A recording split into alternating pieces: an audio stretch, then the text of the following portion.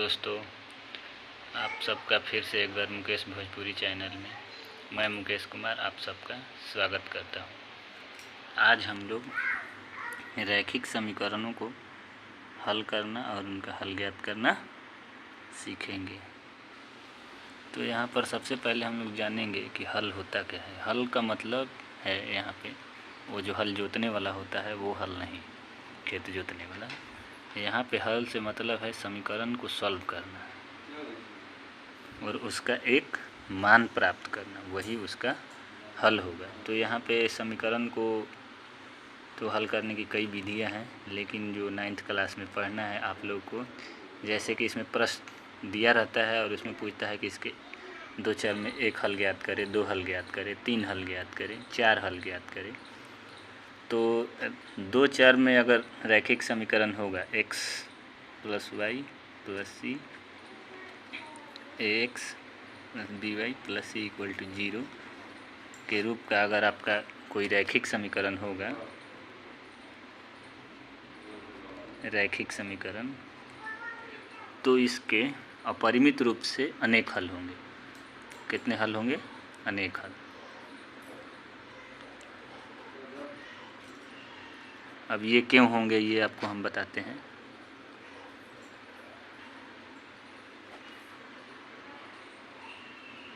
अनेक हल होंगे। अपरिमित रूप से अनेक हल इसलिए होंगे क्योंकि यहाँ पे x और यहाँ पे y 2 वेरिएबल हैं, यानी कि 2 चर हैं। तो हम एक का मान, अगर इसका मान कुछ और रखेंगे तो इसका मान हमें कुछ और प्राप्त होगा, इसका मान कुछ और रखेंगे तो इसका मान कुछ और प्राप्त होगा, फिर इसका मान कुछ और रखेंगे तो इसका मान कुछ और प्राप्त होगा। यानी कि अनेक मान रखकर हम अनेक मान प्राप्त कर सकते हैं। इसीलिए कहा जाता है कि 2 चर वाले रैखिक समीकरणों का अपरिमित रूप से अनेक हल होता है। एक एग्जाम्पल देख लीजिए। मान लीजिए कि 2x + 3 है, 3y = 5 दिया हुआ है, ये समीकरण है। अब इसका कहे आपको कि 2 हल ज्ञात करें, 2 हल ज्ञात करें। तो ज्ञात करेंगे तो मान लीजिए कि आपने पहले रखा पुट या माना x = 0, कोई भी मान आप रख सकते हैं। 0 रखिए, 1 रखिए, 2 रखिए, 3 रखिए, 4 रखिए, उसके लिए आप स्वतंत्र हैं। लेकिन कोशिश करिए कि जितना छोटा से छोटा मान हो उसको पहले रखकर हम लोग ज्ञात करें। तो 0 रख लेते हैं एक बार। तो इसमें हम x के स्थान पे 0 रखेंगे और y को जस का तस रहने देंगे। हाँ, अब इसका मतलब ये नहीं कि आप लोग x का मान भी ले लीजिएगा और y का मान भी यहाँ पे रख दीजिएगा, तो वो तो गलत हो जाएगा। y का मान रख दीजिए, क्योंकि दोनों मान हम एक साथ नहीं रख सकते हैं। दोनों अज्ञात है और दोनों को ले आ देंगे तो फिर ज्ञात होगा कहाँ से। इसलिए एक को रख के दूसरा प्राप्त करेंगे, या तो आप इसको रखिए या इसको रखिए, आप दोनों में से किसी एक को रख के दूसरा प्राप्त कर सकते हैं। तो यहाँ पे ये तो आपका 0 हो जाएगा और ये आपका 3y और ये 5। तो यहाँ पे ये 3y ही रहने दिया जाए, ये 0 का कोई वैल्यू नहीं है, ये 5 हो गया आपका। और अब यहाँ पे 3y का मतलब है 3 गुना y। तो बताया गया है कि गुना इस साइड में जाएगा तो भाग में बदल जाएगा, यानी कि दाएं से बाएं में जाएगा या बाएं से दाएं में जाएगा। गुना भाग में बदल जाएगा, जोड़ घटाव में बदल जाएगा। गुना जो होगा भाग में बदल जाएगा, प्लस जो होगा माइनस हो जाएगा और माइनस जो है प्लस हो जाएगा, और भागा जो है गुना में कन्वर्ट हो जाएगा पक्षांतर में। याद रखिएगा आप लोग, एक पक्ष से दूसरे पक्ष में जाने की क्रिया पक्षांतर कहलाती है। तो ये तो आपका हो गया। तो अब यहाँ y = 5/3, ये एक माना गया। तो अब यहाँ पे हम लिखेंगे, यहाँ आप कह रहा है कि 2 हल ज्ञात करिए, तो दूसरा हम फिर ज्ञात कर लेते हैं। माना x = 1, कुछ भी आप रख सकते हैं, माना x = 1। फिर ऊपर वाले समीकरण को लेंगे, 2 × 1 + 3y, यानी कि x के जगह पे हम 1 रख दिए, बराबर 5। तो ये हो गया 2 + 3y = 5। अब ये प्लस इधर ले आते हैं ताकि एक का मान ज्ञात करें। आप इसको भी इधर ला सकते हैं, इसको भी इधर ला सकते हैं। तो इसको ही उधर ले जाइए ताकि घटाने में प्लस रहेगा। तो ये 5 माइनस 2, ये हो गया आपका 3y बराबर 3। तो y आप चाहे तो यहीं से भी कटा सकते हैं, लेकिन आप ऐसे कर लिए 3/3। y का मतलब बट्टा होता है, तो ये आपका कट जाएगा एक बार में।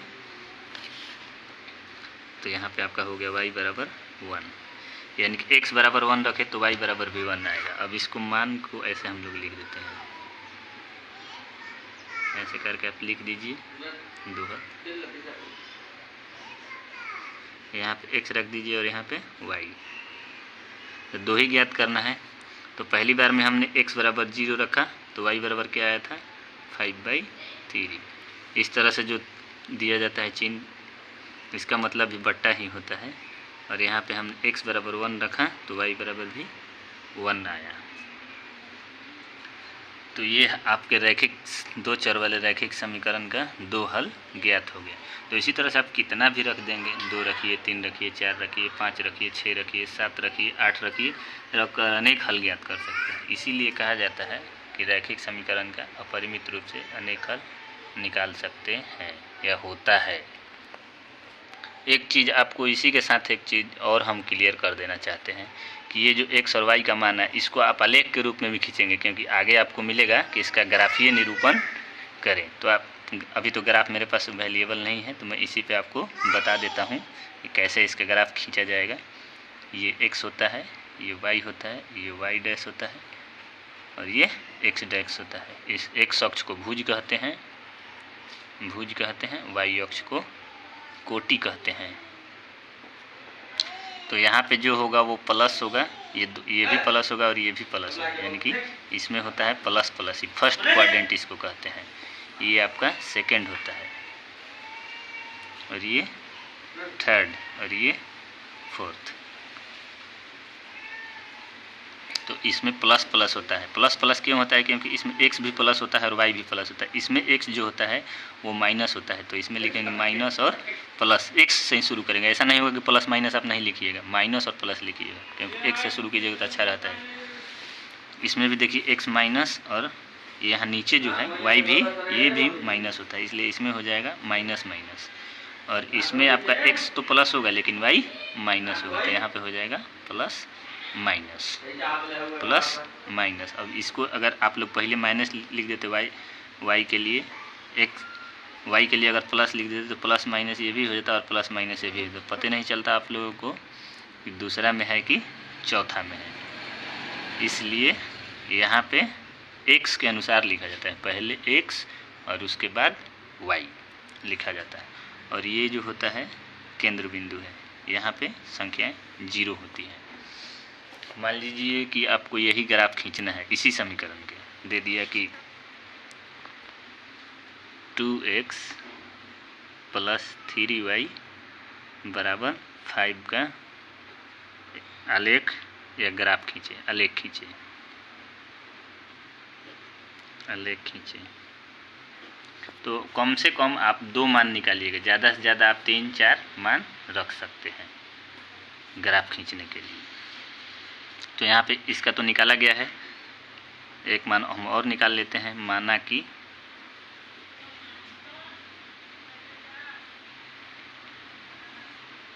x बराबर,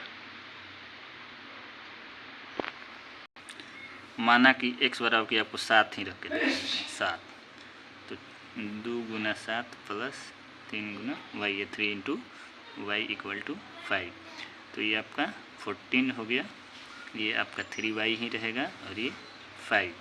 तो इस 3y को आप यहीं रहने दें और इसको इधर लाके तो ये हो जाएगा 5 माइनस 14, यानी कि -9 3y। तो y बराबर आपका हो जाएगा -9/3, यानी कि 3। तो y बराबर होगा कितना होगा -3। तो यहाँ पे एक मान अब और पुट कर लीजिए, x बराबर रखे 7, तो y बराबर आ गया -3। तो ग्राफ खींचने में आप लोग को सबसे बात जो मेन है ये ध्यान देना होगा कि अगर बट्टा में आप लोग लाएंगे मान को, तो आप लोग को ग्राफ खींचने में थोड़ा प्रॉब्लम होगा। खींचने के लिए तो आप लोग खींच सकते हैं, लेकिन वैसा मान रखिए कोशिश करके कि मान पूर्ण संख्या में ही प्राप्त हो। यहाँ पे जैसे कि 5/3 प्राप्त हुआ है। जैसे यहाँ पे देखिए हमने 7 रखा, अगर 3 रखते तो ये भी बट्टा में आता, 4 रखते वो भी बट्टा में आता, तो हमने 7 रख दिए। 7 रखते हैं तो ये 14 हो गया। 14 में से ये घट गया 5, तो 9 बच गया, तो 3 से ये कट जाएगा पूर्ण रूप से। इसी कारण हमने यहाँ पे 7 रखा है। तो ग्राफ में ये बातें आप लोग को ध्यान रखनी होगी। तो देखिए जैसे कि बोल रहा है x बराबर 0 तो y बराबर 5। तो पहले एक मात्रक यहाँ से ले लेते हैं, 1 2 3 4 5। तो 5 अब इसमें भी ले लेंगे, 1 2 3 4 5, 1 2 3 4 5। और यहाँ पे जो भी मान होगा माइनस में होगा, 1 2 3 4 5। यहाँ ये हो जाएगा 1, ये 2, ये 3, ये 4, ये 5। और ये 1 तो 1 ही रहेगा, 2 3 4 5। तो इसमें भी ये 1 वही रहेगा, ये 1 हो जाएगा यहाँ पे -1 -2 -3 -4 और ये -5। इसमें भी हो जाएगा ये -1 -2 -3 -4 -5।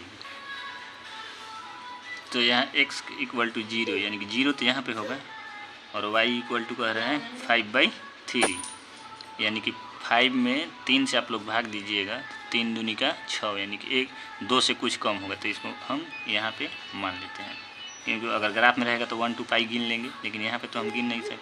तो यहाँ पे लिख देंगे हम x = 0 और y = 5/3। ये आपका हो गया बिंदु। x बराबर 1 और y बराबर भी 1, तो ये यहाँ पे हो जाएगा, यहाँ पे बिंदु होगा ठीक इसके सामने। और करें x बराबर 7, तो यहाँ पे अभी तो हम 5 ही तक लिखें, तो इसमें आपको और बढ़ाना होगा। और y बराबर -3, तो -3 जब भी होगा तो नीचे होगा, तो यहाँ पे हमको आना होगा। ये -3 ये कर लीजिए आप, इसको और बढ़ा लीजिए 6, और ये आपका हो गया 7। तो x का मान 7 के सामने लाएंगे और y का मान -3, यानी कि ये आपका हो जाएगा यहाँ पे। तो लिखेंगे -x = 7 और y = -3। ये हो गया आपका, ये समीकरण आपका हो गया। अब इसको हम लोग, अगर ये स्केल होता तो ये तो अभी ऐसे नहीं मिल रहा है, स्केल से सीधे आपका ये मिल जाएगा। तो यही आपका हो गया, ये लाइन जो मिला ऐसे, ये 2x + 3y = 5 का ग्राफ हो गया। तो अगले पाठ में यही पढ़ना है। तो एक ही साथ हम लोग दोनों समझ लिए कैसे ग्राफ बनाना है, कैसे समीकरण का मान निकालना है, और ये भी समझ लिए कि प्रथम चतुर्थांश में क्या होता है। इसको हिंदी में बोलते हैं प्रथम चतुर्थांश, इंग्लिश में बोलते हैं फर्स्ट क्वाड्रेंट। ये दूसरा हो गया, ये तीसरा हो गया, इसको द्वितीय बोलते हैं, इसको तृतीय बोलते हैं, और इसको चतुर्थ बोलते हैं, चतुर्थ क्वाड्रेंट, और इसको केंद्र बोलते हैं। यहाँ पे x भी 0 और y भी 0 होता है। बात आप लोग और ध्यान दीजिएगा कि x अक्ष पर जब भी कोई चीज़ रहेगा, इसका मतलब कि y उसका 0 है, तभी ना इस पे रहेगा। अगर y पे रहेगा, इसका मतलब कि x उसका 0 है, तभी सीधे यहाँ होगा y पे। तो इसमें ये ध्यान रखना कि कहे कि अगर x अक्ष पे है तो y 0 हो जाएगा, और y अक्ष पे है तो x 0 हो जाएगा।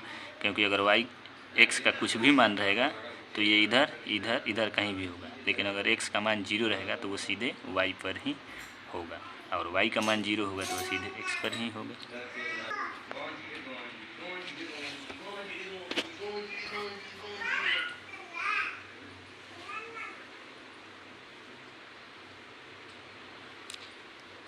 इस तरह से आपका आज 2 चर वाले रैखिक समीकरण का पाठ पूर्ण रूप से समाप्त हो गया।